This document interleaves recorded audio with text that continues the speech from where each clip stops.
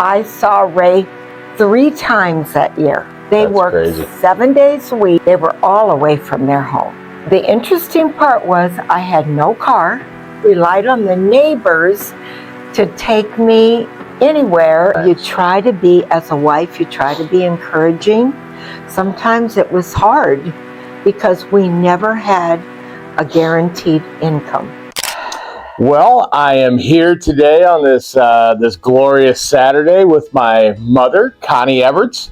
Why don't we start with where Ray started, kind of in those days where he had to go to North Dakota to keep the family going, and clearly you had to stay here and and keep us kids going and doing everything. It had to be harder on you than it even was on him. Okay, so that was a very interesting part of our life. As Kyle said, Ray worked away for a year because there were no jobs in Sioux Falls whatsoever. The interesting part was I had no car, relied on the neighbors to take me anywhere if the kids got sick or whatever. Probably no public transportation No at the time, or public transportation. had no money to take a cab, or no money to take a cab. And you had 2 girls, and then myself. 2 girls, and Kyle was 3. Gotcha. When all that occurred. We went to North Dakota once to visit. Do you remember that? I don't remember that. No. The only thing there was to do in Hazen and Beulah, where he worked, was to bowl. So Larry picked me up and you guys up and drove us there. Wow. And we stayed a weekend because I saw Ray 3 times that year. They That's worked crazy. 7 days a week because they were all away from their homes. Mm-hmm.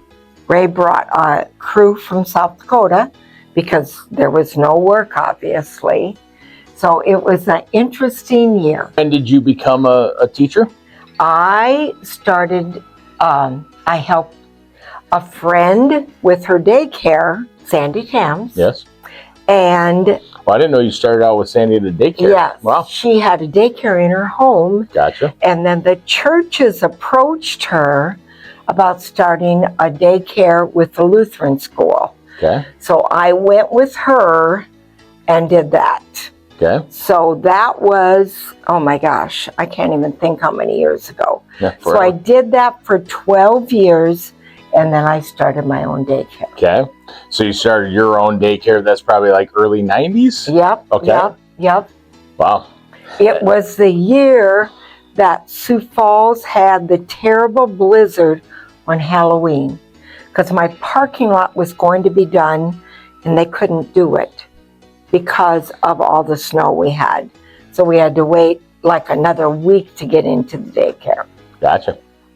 So you ran a daycare for 22 years. 22 years, and yes. And now you work with autistic kids in the Harrisburg School District. I do. Yes. So clearly, you know, when I was growing up, I don't ever recall you guys talking about work ethic or anything like that.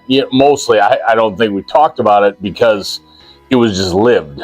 you guys didn't have to have discussions about how hard you work. Like we didn't need to talk about it. You could see how hard you guys worked, all the work you guys put in, and everything you do. I mean, you guys still work hard to this day. You're Ray's in his 80s. You're in your upper 70s. I'm 77. Yeah. So yes. And you still work every day tirelessly with young children and do that with your passion.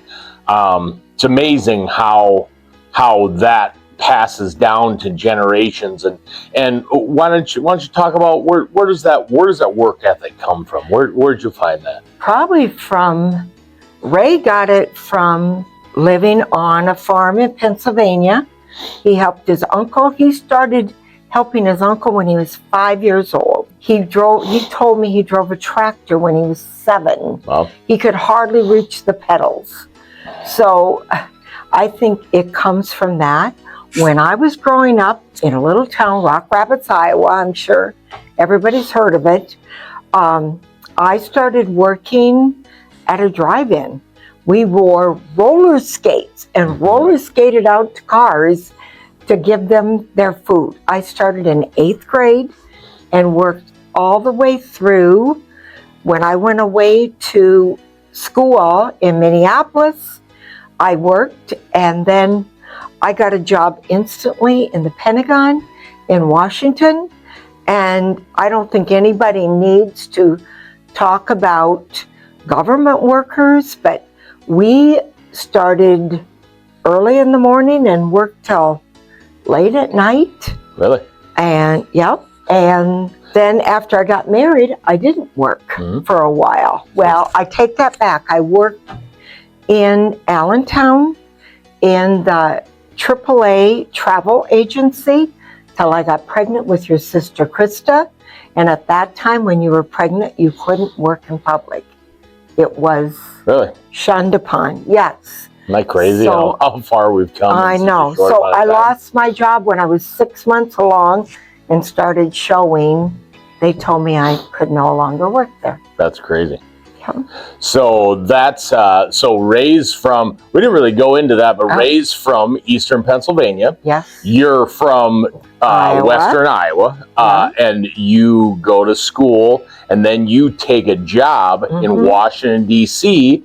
in the travel department in the White House of some way, shape, or form. I don't know. Where did you worked in the Pentagon, or where did you work? In the Pentagon. Okay. I worked for the Secretary of Defense. Okay. So I got to meet the president twice. Wow. Who's the president at that time? Johnson. Gotcha. And my roommate was from Pennsylvania, in the same valley your dad was raised. That's how I met Ray. That's crazy. He had just gotten home from Germany, from the paratroopers. Really? So he got home in July, and I started working in August. Really? And you guys met shortly after in that first year? Yes, I met through Marge, my roommate. She said, I have this, that actually she had a crush on him. And she said, I have this guy I want you to meet. I just think he's so cool. And he just got home from the service, and that's how we met. That's crazy how fortuitous things happen in your life. It's a God thing. Yeah. That's just all I can at the say. right place at the right time. Yeah. So talk about, not even necessarily after Ray gets back, then the things started to loosen up. But clearly, he's still attempting to start a small company from scratch. Talk about how hard that is on the family. Okay, that was really hard. So when we moved to Sioux Falls, he worked for Penn Life Insurance. Yes. Okay. And he traveled 5 days a week. The 6th day, on Saturday, they expected him to be in meetings in Sioux City, and then he had Sunday and back on the road again. So your sister Candace was born January 12th. Ray was out on the road. He had just stopped for breakfast. That was long before cell phones. Clearly, yeah. I knew the area he was going to be in because I was 10 days over my due date. And you found him? And I found him. I called that restaurant. The neighbor took me to the hospital. Oh my God. Joe Hempel, I can still remember it. I called my parents from Rock Rapids, said I was in the hospital. They came in case Ray didn't make it. He was 10 miles away, and he made it an hour before she was born. Wow. So you guys, you lived on the east side for most of my, all my childhood, all the way through high school. Some years. Yeah. No, you were a sophomore in high school when we moved to Pikes Peak. Well, we still live. I mean, you only moved a half a mile, so exactly. We didn't move very far, but always on the east side. That's why I went to Washington High School, clearly. So we've been here, I think, 15 years. Yeah. But a lot of moving around, in certain times and things like that. For Ray building a few spec houses, then moving around a little bit. Clearly, you were always there and always an integral part of everything he was trying to do in the business, and then keeping everything keeping everything together at home, right? Well, I'm sure it wasn't easy at times. You try to be, as a wife, you try to be encouraging. Sometimes it was hard because we never had a guaranteed income. I never knew, or Ray never knew, where the next job was. He started doing remodeling with our addition we put on Meyer Lane. Gotcha. And we did it. I helped him. I mean, I helped pour cement. I helped carry block.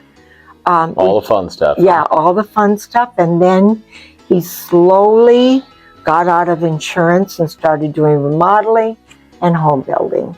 It was an interesting time, but interesting enough, the girls have said this to me often, that they didn't ever feel like that they didn't have money or that they were poor. True. Because everybody in our neighborhood who we associated with were in the same economic state we were in. Sure.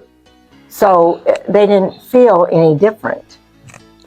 I think it goes to show you they don't need money to find happiness, right? Exactly. You knew when you walked into our house there was love there. So that was extremely important. But as a mom, that's nice to hear, especially this close to Mother's Day. No, it is close to Mother's Day. Didn't even put that together. But it was clear that there were a lot of things going on always, but it was always clear that your guys' children was first in your mind. Like, if your children were taken care of, you were happy, right? Yep, exactly. Yeah. You want to go any more into that? Well, I just think how you were saying your dad worked so hard, and he did, but he always made time to coach you guys. That was very important. He coached Krista's ball team. He helped with Candy's ball team. And look at the hours he put in your ball team.